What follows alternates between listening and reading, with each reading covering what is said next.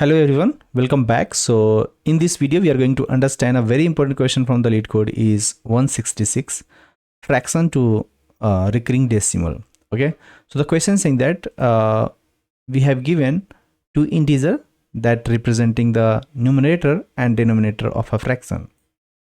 So you know the division, right? There we have one numerator and there is a downside is denominator, right? And then we use to divide, then we can get a fraction, right? So in a fraction we have numerator and denominator. Return the fraction in the string format if the fractional part is repeating, right? Enclose the repeating part in the parenthesis. If multiple answers are possible, return any of them. So there is no guarantee. Okay, so it is a guarantee that the length of the answer length is less than 10 to the power 4 for all the given inputs. Okay, so what are the inputs are there? For example, we have given example 1, numerator is 1 and denominator is 2. We know if we'll do 1 by 2 we'll get 0.5, right? Similarly, we have another example, numerator is 2 and denominator is 1. So 2 by 1 we will get is 2. So we will talk about example 3. We have numerator is 4, denominator is 333. So it will become a very small number in the point and it can repeat. So we can say, okay, 0.012, we can say that. So this is what we have given in the constant, where we have numerator or denominator can be a integer, right? To the power minus 31 to 31 minus 1, we can say that, right? This is what we have given the constant. And denominator is never equal to 0, so runtime exception will not come. Okay, arithmetic exception. So let's try to understand this this problem, and we'll do a deep dive session here, so to understand how we can implement this. So let's try to understand in very simple terms. So we can say what we have given. You are given a two integers, you can say numerator and denominator, and we have to return the decimal representation of fraction number numerator by denominator as a string. If the decimal terminates like 1 by 2, we'll say 0.5 and we will return in very normal way. If the decimal repeats a cycle, let's call 1 by 3 or 22 by 7, right? So this type of numbers will get repeated, right? In that case, we'll say, okay, we'll take a bracket and we'll pass 3. So we'll put this repeating part in the parenthesis. Let's understand, we have minus 6 and 25, right? Minus 6 dot 25, if you write, so there is a 0 and the large value. In that case, we will avoid the overflow, right? So we have to handle the sign also. Let's talk about the intuition here. Very first, perform a long division by hand, right? And so you can understand how this works, right? You should keep track of the remainder. Always keep track of remainder if you are dividing, right? If you are dividing the long division, right? If a remainder repeats the digit between the first occurrence and now are the repeating cycle. So why this will work? Because there are only denominator which is possible remainders from 0 to numerator minus 1, we can say that in that case. So numerator is only changing, right? Denominator. If you ever seen the same remainder again, the division pattern repeats from the that point. Okay, let me show you how. So let's try to understand through this example. Very first, example 1 is saying the numerator is 1 and denominator is 2 and the output is coming out 0.5. So we need to return the decimal representation 1 by 2. So in the step 1, what we will do, we'll do integral division, will do 1 by 2, we'll get 0. It is integral part and remainder is 1. So for the result, so far the result is 0 and remainder will come 1. Since the remainder is not equal to 0, hence we know a decimal part exists and we'll add the decimal points. Not understand? Don't worry. Give me 1 second. So let's suppose we have example where we have the numerator we have and denominator we have, output we need 0.5, right? It means what? We need to return the decimal representation of 1 by 2. In this case, what will happen?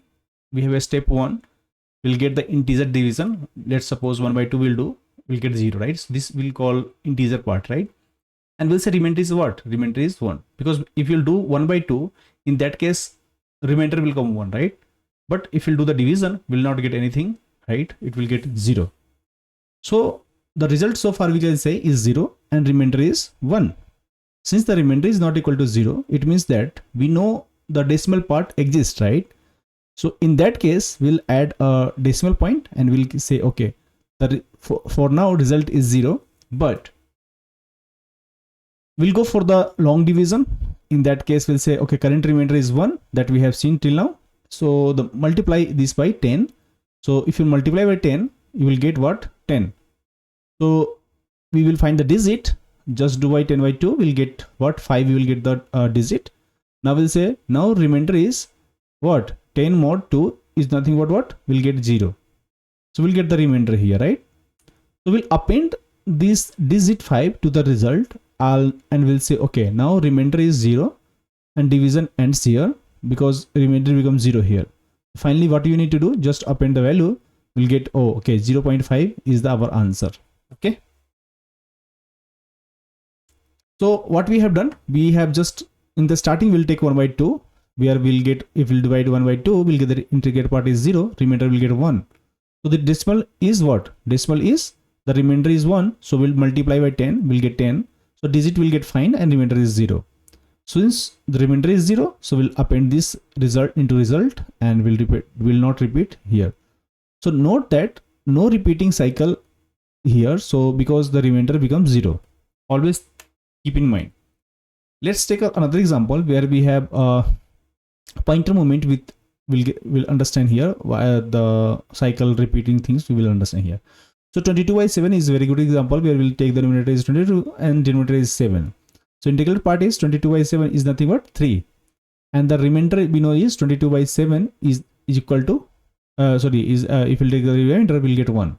So we know that 22 by 7 by 7 will get almost what? 3.14 around we'll get, right? So we'll do the decimal phase. Let's suppose the decimal phase will apply like this that we have talked about. Every time in the what do you call remainder, whatever you will get the remainder, you will multiply by 10 and you will find the digit, right? So let's suppose in this case we'll get digit 1, remainder is 3. Like that we'll get the digit and you will get the remainder until you get the remainder like this. So your remainder will repeat again here. We are getting 1 again here because we have seen already here, right? So we saw the remainder before R0 because we have seen here, we can say in that case it is repeated is detected and that case will say, okay, the cycle is there, right? In that case the decimal points will say will put into what? Will put into bracket, okay, and will return the answer. This is what we need to develop. So in the case of long division, right, it will produce a sequence of remainder, right? A remainder determines the next digit completely because you multiply by 10 and divide, we will do the divide to get the next digit and we'll keep the remainder, right? Since there are a finite possible remainder, in that case we'll say, okay, less than denominator, sooner or later the remainder will become what? It will become 0. If the remainder becomes 0, decimal will get terminated, right? If the remainder repeats, it means what? The digit between the first occurrence and the repeating one gives you the cycle, right? So we will understand the long division and the remainder. So each time we will find the remainder, right? First, if it appears, we'll put into the result. Otherwise, it will come again. We'll put in around the cycle. Okay, means the term, parenthesis under the parenthesis. Okay, so let's understand. Let me go to the console. So this is the console where we have given two things, numerator and denominator we have given, right? So what we will do, we'll check denominator is equal to 0. If it is, so we'll say it can't be 0, return the illegal argument exception. Otherwise, if denominator is equal to 0, return 0, right?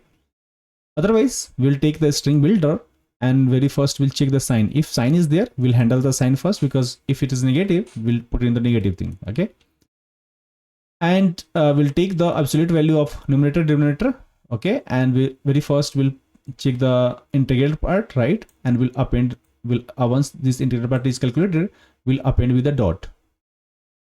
Then we'll take a hash map so that we can see the remainder again, right? We know while remainder not equal to 0, we'll repeat this thing. So we'll put into the while loop.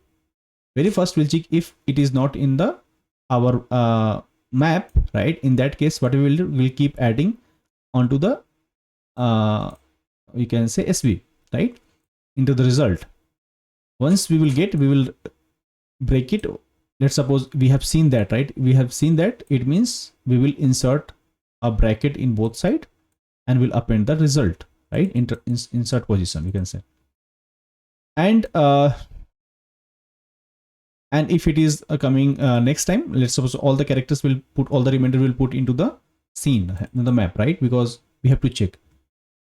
Otherwise cases, what we will do, we'll keep appending the remainder and we'll keep dividing and we'll get the remainder each time. And the last, we'll return the string with the respect of to string. Okay. I hope you will like this video. If you have any doubt, please ping me in the comment box, right? What you need to do, very first, you will handle the edge cases, we can say. After this, you will create a string builder so we can return the result, right? We will handle the sign, then we'll get the absolute value of numerator and denominator. We'll find the integral part, then we'll append with the dot, and then we'll go through the map, right? So that we can keep adding all the remainder on the map. If it is seen, so we'll put into the insert bracket, and then we'll return finally the result. So I'll request you to put the complexity things into the comment box, right? The time complexity, this space complexity. And if you have better answer, please write in the comment box so other can get benefited. Thank you guys. Thank you for watching this video. I'll see you in the next one. Bye bye.